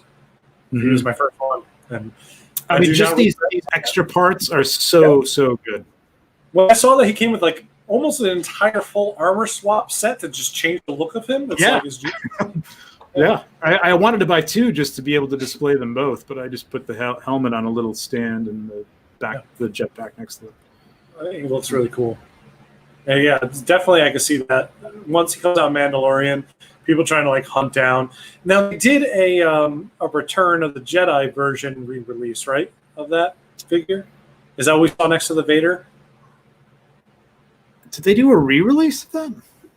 Yeah, well, they're coming in like new packaging. The 40th anniversary. Yeah. Oh, you're right. Yeah, that's the 40th anniversary. Yeah, of it. No, that's the Empire one. Oh, it is the Empire. Okay, so they the Empire Deluxe. stuff with it. Yeah, I'm pretty sure. Yeah. So you can get that one. It's just if you can get the deluxe, and like I said, when I started this, the deluxe I think was still up for pre-order, and then it just flipped to waitlist the last time I checked it. So we've been talking about the show for 2, so that's fine. Yeah, exactly. TJ, this is your pick. The Heavy Infantry Mando. What do you think? I think it's gonna. I don't think they're gonna make a lot of it. I think it's gonna sell out quickly, and it'll be one of those like $600 figures on the aftermarket really quickly. Totally. And I really think we're gonna see a little bit more of him. Totally agree. Everybody, there was a theory that these guys all were killed after he left, and I didn't get that impression at all. Like, I mean, there were a lot of helmets at the end of that during that episode. Yeah. But I don't know if his helmet was there. I mean, he was flying off next to the ship at that point. Not to say that he didn't go back to the battle, but I thought there's no saying that he died. Yeah, I think if any of them escaped, it was him, right? Yeah. Yeah. I mean, they bothered to give him a name. I mean, yes, of course, in a script you have to give somebody a name, but I think there's got to be more to this guy. And I can't believe all the Mandos are, like, killed off at this point, if that was the last of them. But I totally agree that this is going to be underproduced, TJ. And, you know, 281, it puts it up there in the Iron Man categories. And Close. You know, yeah, close, just underneath. But I think it's like it's not a core character yet. And I think I'm overlooking it. I have not pre-ordered this, and I think I might. It comes with a lot of good stuff. Like, I understand the pricing on him because he's huge. He comes with big, bulky guns and jetpacks and all this stuff. So absolutely. Yeah, absolutely. And I actually think that calling him Heavy Infantry Mandalorian is actually not giving him the credit he's due. I feel like he's more of a bigger character in that show. Yeah, he's a Vizsla, right? Like isn't he a Vizsla? He's a Vizsla. He's a pre-Vizsla ancestor or cousin or whatever. So in the Clone Wars, the pre-Vizsla who held the dark saber for a while, he was the head of the Mandalorians. He's a Vizsla. I forget his name. Somebody in the chat, please look that up or tell me, because I can't remember his name. Pax Vizsla? Pax? That sounds really familiar. It's hard to keep all these Star Wars names. I know. So I think it's Pax Vizsla or something like that, but he's a Vizsla. Which I mean, if that's the case, he's got ties to, you know, if they're going to bring what's her face into this, Kara, from Battlestar Galactica. Katie Sackhoff. Katie Sackhoff into this, her character, and he's got ties to pre-Vizsla. You gotta keep this guy around, for sure. I think everybody loved him on first view. Like, it was just like great that he was just this big giant. Click the wrong one. Paz? Is that the name that you're looking for? What's that? Paz Vizsla. Thank you, Nate. What are you drinking, Nate? Tell me. I don't know if I saw Nate, but I got some Oban. Wow, there was so much more Oban when we started the show. So much more. Well, you can tell by my dialogue here. Tom's pick, Pennywise, good pick. I'm thinking, so it's their, you know, at least to my knowledge, it's their first like mainline horror figure. They don't do a lot of horror. So as a result, I feel like they might underproduce this, being like, yeah, we don't know. We're just kind of dipping our toes into horror stuff. It's also unique. It's not a Marvel. It's not a Star Wars. It's not DC. It's like it's a one-off from the movie. We don't get a lot of those from Hot Toys these days. We used to in the past. And I think like those, much like Neo from the Matrix, like tend to sell out pretty quickly and be gone. Mm-hmm. Yep. The clothing, I think, looks amazing. You know, so I think like that's a whole other thing. And as we that hurt. Yeah, I know. You got to. I typed that in and I almost left it out as a bullet point, but I put it in. I would have said it regardless, but like, you know, I don't know why the competition stopped, because I think it would have been great if there was multiple options to get this figure on the market. And I think that they all were sold. So, because I feel like I guarantee it would have been out now. You would have been able to have the QMX one like now in hand at this point. or soon hereafter in the next couple of months. I mean, granted, this is Q1 2021, but I think the QMX one would have been out. But this, I gotta admit, it looks great. They did a fantastic job. Yep. Clothing looks really, really good. This is pre-ordered. I'm pre-ordered this for sure. I love it. I say it, and I haven't, only because I've watched both of the It movies. I liked them. I don't need this character, but I just thinking about the characters that have come out that I feel like are going to sell out and be worth a ton on the aftermarket. I really feel like Pennywise is up there. I think you're right. I think this is one of those things that people look at, and if you're a fan, you go, yeah, done. And then if you're like you're like, yeah, I watched them. They were good. They were interesting. And I'm not even a horror fan, but I love Stephen King. I love the original. I love Tim Curry in the original. I love this book, which was different. This is much more like the book, but I thought they did a great job. The second one wasn't quite as good as the first, but it was still good. But I think as soon as you actually really good. What's that? The first movie was really good. The second movie, I laughed for the ending of it. I think with the adults, it takes on a different tack. What was that?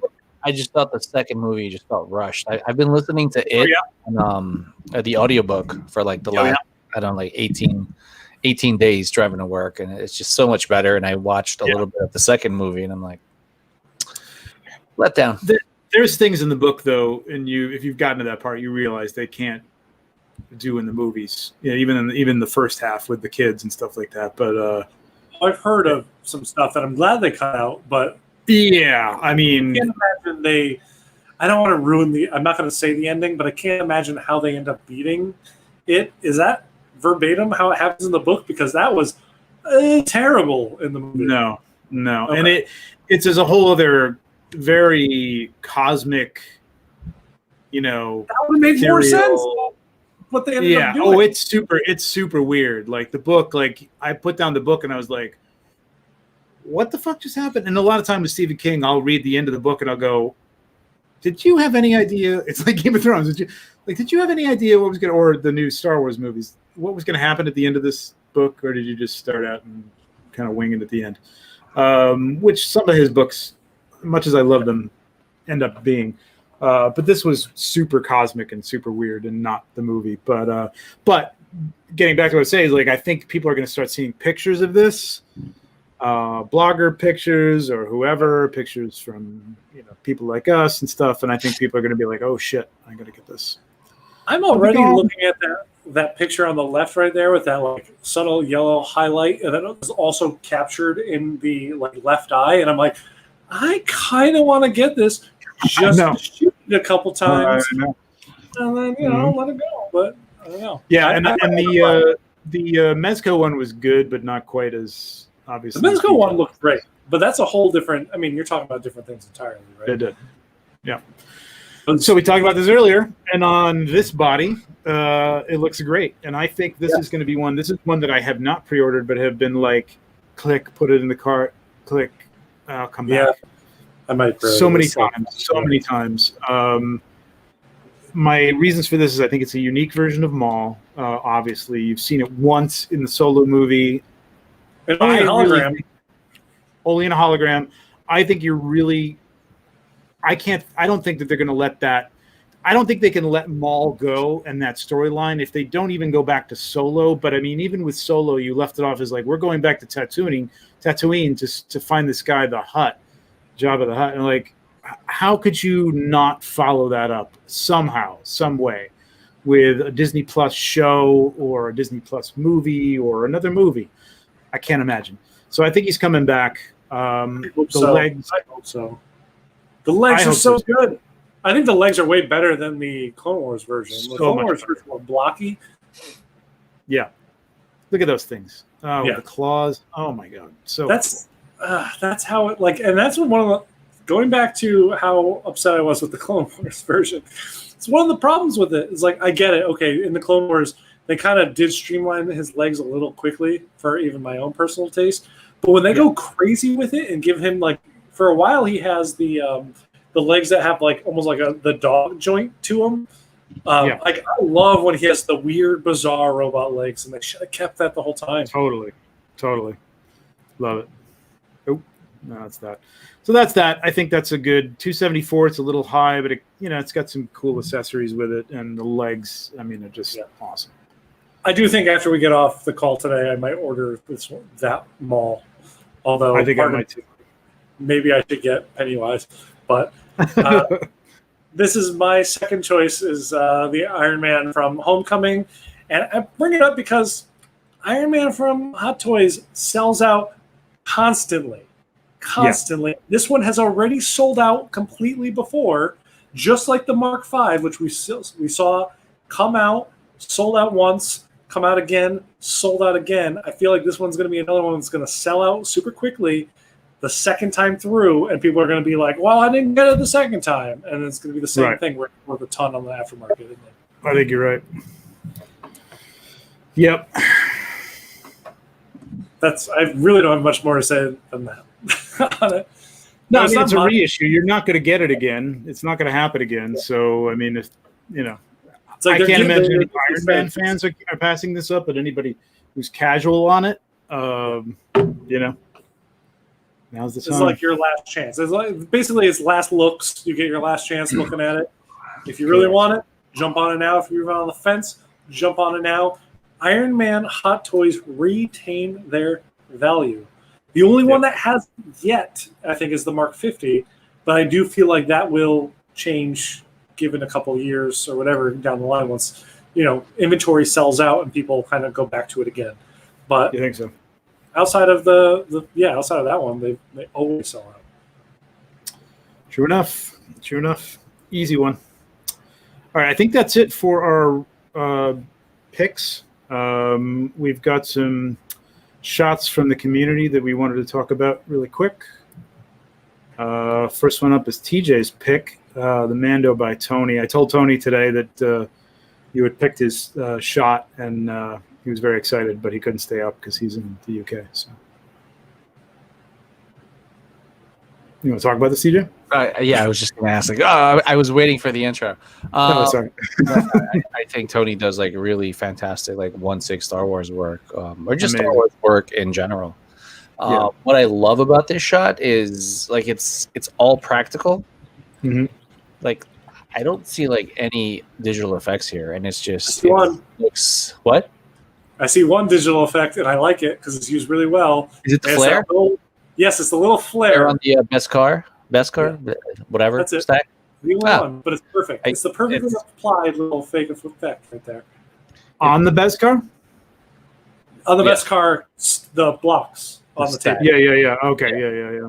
Wait, what about the?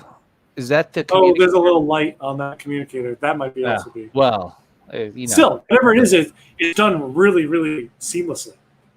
Yeah. Yeah, I'd love to know whose hand that is. Yeah, I think to me it looks like Tarkin.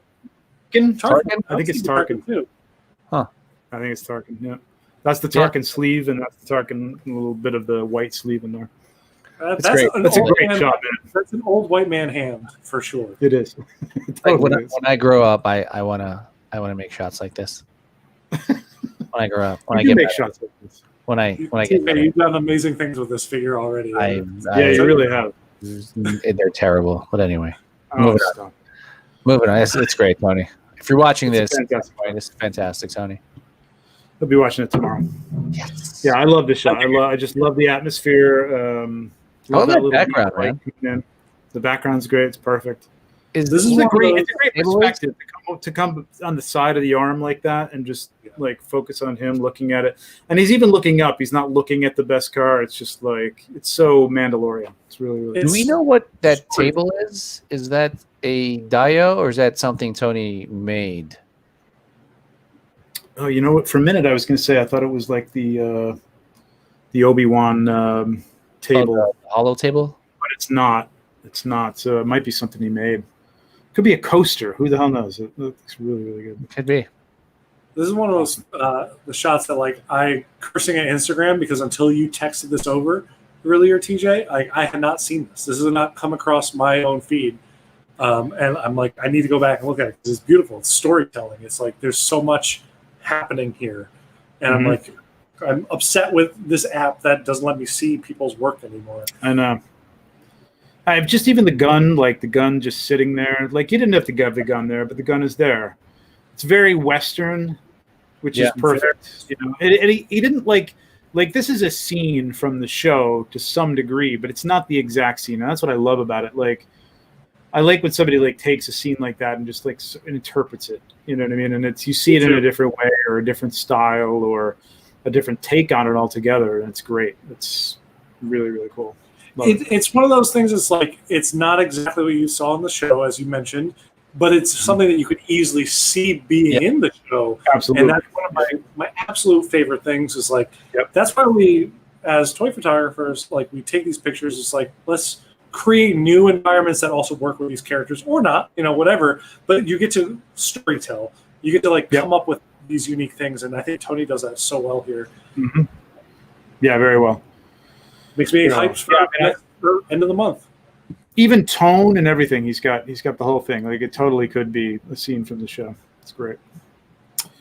I think those are my picks. So this is something I don't even know how I came across this because it's not somebody I follow.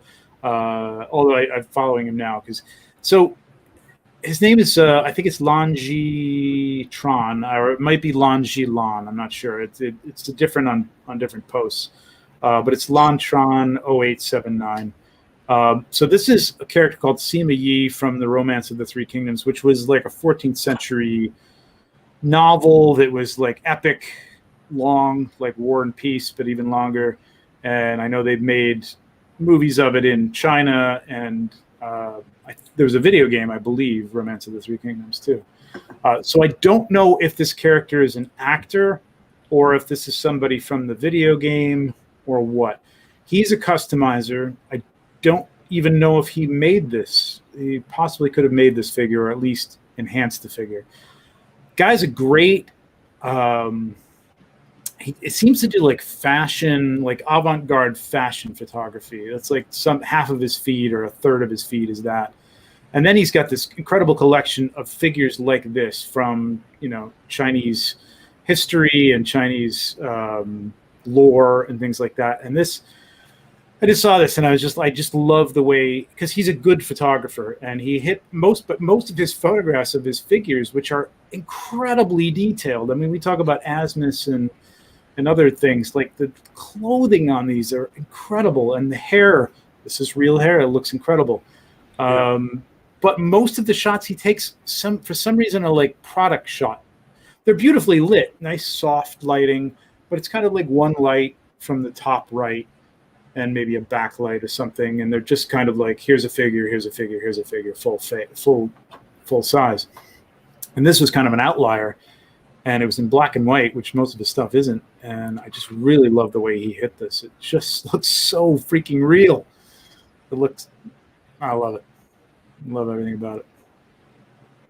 Beautiful. It's a beautiful shot. Beautiful shot. I don't know, again, as you said, I don't know the character. Don't know context whatsoever. Anything about it. I've never seen a figure like this, so he might have completely built this himself.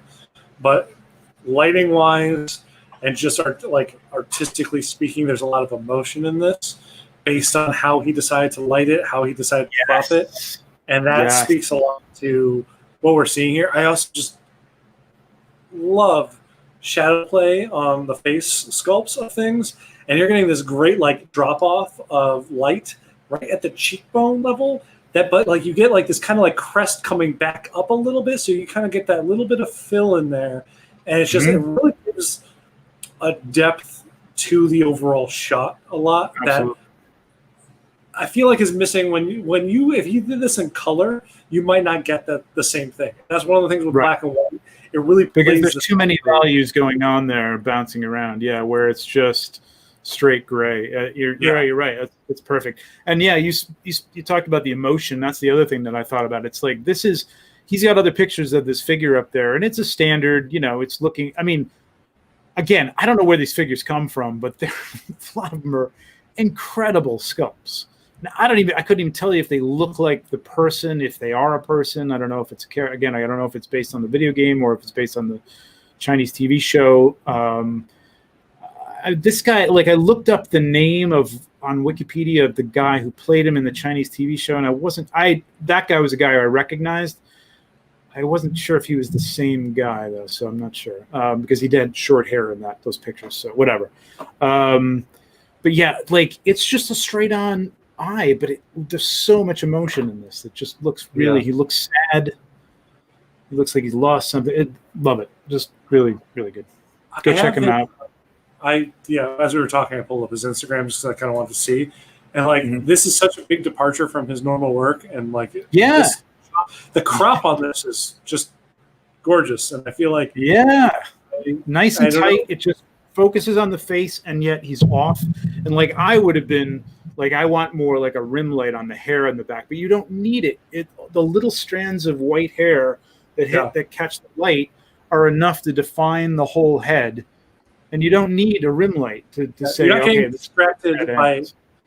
There's nothing to distract you on the right side of the photo, so you're spending a lot. You know, it's funny too because like with any kind of work, whether it be illustration, painting, photography, or whatever, I try to think about balancing things a lot. But when you don't balance stuff and you kind of keep it to one side, it kind of keeps the attention there in a way where you kind of examine that side a lot more. And I'm examining his face like way more than I think I normally would. And that's I think it's to that effect, not to go much deep, but it's kind of a rule of thirds thing where he's over on that left, that extreme left. And the fact that he's looking off camera to that direction, it pulls you off to that. You don't know what he's looking at. Is he looking at someone? Is he looking at something? Is he just looking into space? It's so great that crop is not it's not centered on his face. It pulls you off the screen. It's really, really good. Love it. This is awesome. I love this. This is one of those shots. I forget who reposted it in their stories, but there was one of those shots. That's where I saw it. I saw it when somebody reposted it. Someone posted in their story, and I was like, what am I looking at? This is just striking up amongst like multiple levels. Color pop, like it made me like watch you yank my Darth Maul out of the shelf and like just explore color on him and like do more stuff. Because there's so much happening here that it's perfectly done. Like again, we're talking about the way how lighting kind of informs the sculpt and like gives the sculpting depth of the face, the way how the red kind of hits over certain like highlights. I'm seeing like information fill based on that light, and it's amazing. But also at the same time, because he didn't just let it fall off in the background, he gave you distance by adding in a little bit of like the background area where you get like this little touch of the sun kind of going down, so we're getting a little bit of like the sense of lighting that we're seeing. And it's just I don't know, everything is just informed just perfectly for the scene. That is just, I was captivated by it. It's not. Yes, I took a shot of Maul that I really like from the side that I used a blue light on, and it works so well with this figure. And he did the same thing here. Not to say he looked at mine, but yeah, that sense of depth. Like this could have, like mine went off into black, and it worked for what it was. But I love the fact that like just the crop of this allows that little space, and it wasn't just, you know, filled with a black background or a little bit of light, but you know, you use that as a landscape in a little quarter of the picture is awesome. Like it's awesome. And it you said, it informs the light. Like, yes, there's light from his lightsaber that is lighting his face, and he's even got a hint of that with the robe and on his eyes and stuff. But that light is still coming from the sunset on Tatooine or whatever. Which is also hitting the probe droid that's next to him too, which is another thing that like, you almost didn't need to have in this shot, but because it like fits in line with the eye line of Maul, it fills this frame in such a way that makes the composition so pleasing. Because I go straight to Maul's face, and then I actually go over to the robot, and then I kind of come down to the sunset, and then up the saber again, and then back to Maul's face, and it's like. Yep. I feel like the most successful shots that captivate me are something that almost kind of keep me in this swirl effect that my carries eyes you through. It's that, it's the golden ratio there that just kind of swirls you through. But in this case, it's almost like, I think you do start. Maybe you don't start at the probe, but that again, it's like the point of contrast is the most attractive point. So you either see the sunset or that point on the and you kind of swirl around to his face, and then the golden ratio kind of comes in. Probably on that eye that's at the back there, not even the front eye.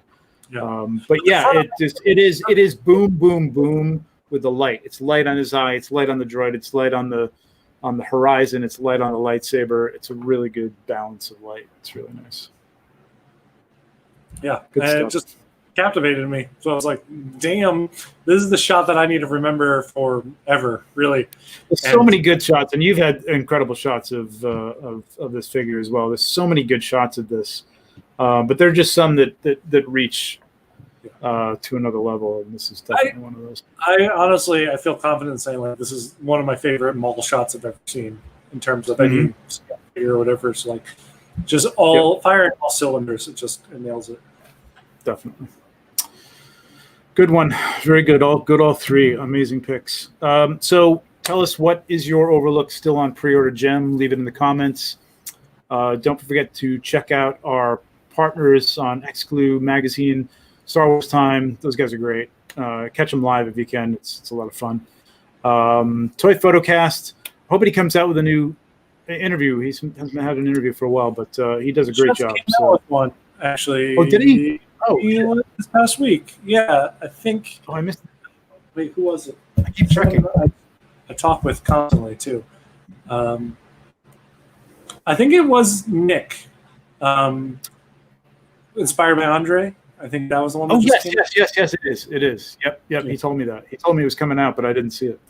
I believe it just released on. As I think he does Patreon first, and then it kind of comes around. It just hit Patreon earlier this week. It might be releasing this weekend, or okay. Oh yeah, let's go on Patreon first. Check out Exclu magazine for all your news, and don't forget to subscribe and hit the bell so that you know when we're going to be live again in another 2 months. Thanks for joining us. Appreciate everybody hanging around. Anything major to expect from New York Comic Con announcements this year? That's James's question. That's a good question. I wish I'd seen that earlier. I don't think so. In terms of 1/6, I'm not expecting a whole lot. I mean, the only thing I could think of is that maybe, if Hot Toys at Celebration for some reason didn't decide to release the Empire Strikes Back Han Solo, maybe they'll do it then. But they don't really do a lot around New York Comic Con. Part of me thought that because we got how many Clone Wars figures in one night? We had I know it was like 3. And we had 3 in one night. I was like, I feel like, especially based on what they did for San Diego, where it was like, hey, Sideshow, do your thing. We'll release everything next week, kind of thing. Yeah, exactly. I feel like that was them being like, this is what we got, right? So I don't know. Yeah. I think you're right. Maybe I think you're right. I don't know. I don't see much coming up from New York Comic Con, but you never know. I mean, there's other people besides Hot Toys and Sideshow, so you never know. Sideshow. We'll see. Give me more Venomized characters. I'm already all in on that group, so give me. Can we get a Venomized Eddie Brock? No, they will not do that. Again, no. The license doesn't allow a Venomized Venom. I'm sorry. Damn it. Unless it's a chibi little Venom or a big statue Venom, but you're not getting a 1/6 scale Venom. Yeah, no. Damn it. Not happening. All right, guys. Take care, and we'll see you next time. See ya.